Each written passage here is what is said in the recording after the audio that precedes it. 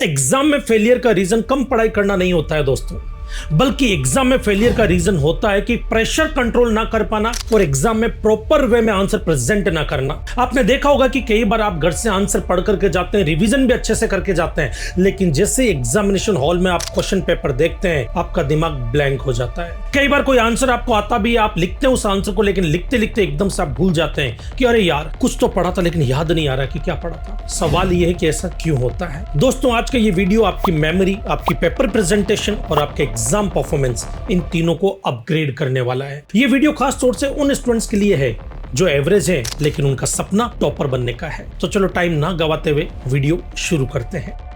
सबसे पहला सवाल कि एग्जाम में दिमाग ब्लैंक क्यों होता है। सबसे पहले एक सच को एक्सेप्ट करो, एग्जाम में दिमाग ब्लैंक होने का मतलब यह नहीं है कि आप डम्ब है, वीक है या लेजी है। प्रॉब्लम है ब्रेन हाईजैक की। अब इसके पीछे का साइंस समझो। एग्जाम प्रेशर में हमारे ब्रेन का एक पार्ट जिसका नाम है एमिगडाला, जो हमारे ब्रेन का इमोशनल सेंटर होता है, ये वही पार्ट है जो हमारे गुस्से, डर, दुख, खुशी आदि को कंट्रोल करता है। मतलब इन शॉर्ट हमारे इमोशंस को कंट्रोल करता है। ये पार्ट उस वक्त एक्टिव हो जाता है और हमारा एग्जाम फियर हमें फील करवाता है, जिसकी वजह से हमारे अंदर घबराहट होती है, डर होता है और हमारा थिंकिंग ब्रेन धीरे धीरे स्लो हो जाता है। और यही रीजन है जिसकी वजह से जो आंसर हमने पढ़ा था वो हमारे ब्रेन के अंदर तो जाता है लेकिन एग्जाम में बाहर नहीं आता है। अब आइए जानते हैं कि इस प्रॉब्लम से बचे कैसे। इसके लिए आपको 3 रूल फॉलो करना है। अगर एग्जाम में आप कोई आंसर लिख रहे हैं और लिखते लिखते अगर आप भूल जाएं तो आपको कुछ सेकंड के लिए अपनी आंखें बंद करनी है और ब्रेन में वो जगह इमेजिन करनी है जहां पर बैठ करके आपने वो आंसर पढ़ा था। जैसे आपका वही बेडरूम या आपका स्टडी रूम जहां पर आपकी चेयर थी, टेबल थी, टेबल पे सामने घड़ी रखी थी, पानी का ग्लास था, आपने बुक खोली और आपने राइट पेज पे कुछ ना कुछ पढ़ा था।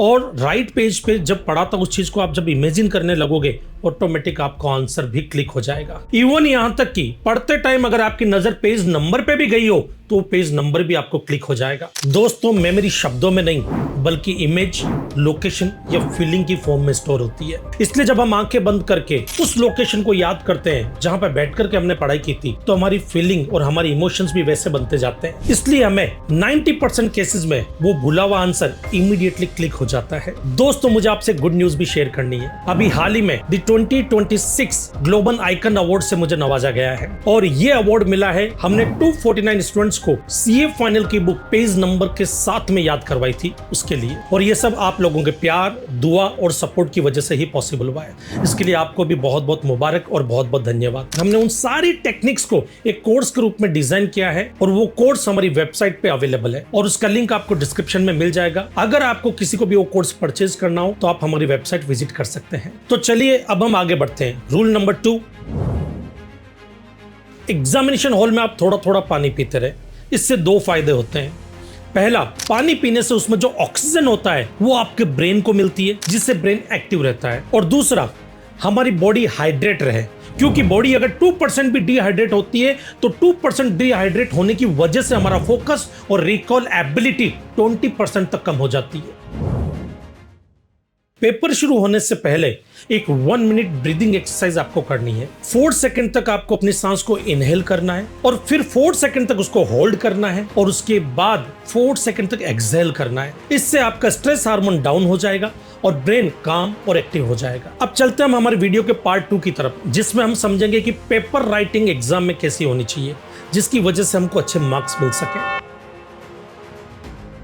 दोस्तों मार्क्स सिर्फ नॉलेज से नहीं आते हैं बल्कि मार्क्स आते हैं प्रेजेंटेशन प्लस क्लियरिटी से। एग्जामिनर कभी भी आपका दिमाग नहीं पढ़ सकता है, वो पढ़ता है आपने पेपर पे जो लिखा है वो फैक्ट के साथ में लिखा और प्रॉपर लिखा है और लिखते टाइम आपके प्रेजेंटेशन प्रॉपर है, पॉइंट के साथ में आपने सारे आंसर दिए हैं। अगर ये सब चीजें प्रॉपर वे में जा रही है तो ही वो आपको अच्छे मार्क्स देगा। पेपर राइटिंग का मास्टर फॉर्मूला जानते हैं हम। इसके लिए हमको 4 रूल की नॉलेज होनी बहुत जरूरी है। जब भी आप किसी आंसर को प्रेजेंट कर रहे हैं तो सबसे पहले आपको 1 से 2 लाइन में अगर डेफिनेशन के बारे में लिख सकते हो तो उसकी डेफिनेशन लिखिए। उसके बाद में जो भी आंसर आप लिख रहे हो उसको पैराग्राफ फॉर्म की बजाय पॉइंट्स में एक्सप्लेन करें। हो सके तो एग्जांपल भी दें और डायग्राम भी बनाएं, क्योंकि जब हम डायग्राम बनाते हैं अगर कोई पॉइंट छूट भी जाता है तो हमारा डायग्राम या एग्जांपल जो हमने दिया है वो उसको कंपनसेट कर लेता है। और कई बार एग्जामिनर से इंप्रेस भी हो जाता है। और लास्ट में आप इसका कंक्लूजन लिखना बिल्कुल ना भूलें, एक लाइन में इसका कंक्लूजन भी लिखें। इवन एवरेज कंटेंट भी गुड प्रेजेंटेशन में हाई मार्क्स दिलाता है। It's like making your answer wear cap and boot. Answer लिखते समय अगर कोई भी इंपॉर्टेंट कीवर्ड आपको मिलते हैं उनको उसी वक्त हाईलाइट करो। कई बार स्टूडेंट्स क्या करते हैं कि सारा का सारा पेपर कंप्लीट कर लेते हैं और उसके बाद में जो इंपॉर्टेंट कीवर्ड्स उनको हाईलाइट करने की कोशिश करते हैं, जिसमें कई इंपॉर्टेंट कीवर्ड्स हाईलाइट होने से रह जाते हैं और इस प्रोसेस में टाइम भी बहुत कंज्यूम होता है। और साथ में जो भी आपके आंसर की हेडिंग होगी उसको कैपिटल में लिखें, प्रॉपर स्पेस देख करके वर्ड्स और सेंटेंस को लिखें। अगर इंग्लिश वीक है तो आप हेवी वर्ड्स की बजाय सिंपल सेंटेंस बनाने की कोशिश करें, क्योंकि एग्जामिनर आपके इंग्लिश का टेस्ट नहीं लेने वाला है बल्कि आपके अंडरस्टैंडिंग और आपकी नॉलेज का टेस्ट होने वाला है वहां पर। बट हाँ, इंग्लिश के पेपर में तो दोस्तों इंग्लिश का ही टेस्ट होगा, तो वहां पर आपको इंग्लिश उसी हिसाब से लिखनी होगी जो पेपर की डिमांड होगी। पहले 5 मिनट में आपको पेपर को स्कैन करना है और उसके बाद जो उनमें से इजी क्वेश्चन लगते हैं आपको उनको सबसे पहले कंप्लीट करना है और उसके बाद डिफिकल्ट क्वेश्चंस की तरफ बढ़ना है। लास्ट के 5 to 10 मिनट्स आपको बफर रखने ही रखने हैं। उस टाइम में आपको वापस एक बार पेपर को चेक करना है कि कहीं कोई क्वेश्चन छूट तो नहीं गया या कोई पॉइंट मिस तो नहीं हो गया। कई बार हमने सुना है कि सर पेपर लेंथी होता तो हम टाइम मैनेजमेंट कैसा करें। पेपर कोई भी लेंथी नहीं होता है। एक्चुअली जो भी पेपर बनाया जाता है उसको कई बार चेक किया जाता है कि उस प्रॉपर टाइम के अंदर वो कंप्लीट हो रहा है या नहीं हो रहा है। अगर वो कंप्लीट हो रहा है वही पेपर आपको दिया जाएगा। पूरा का पूरा खेल होता है स्ट्रेटेजी का।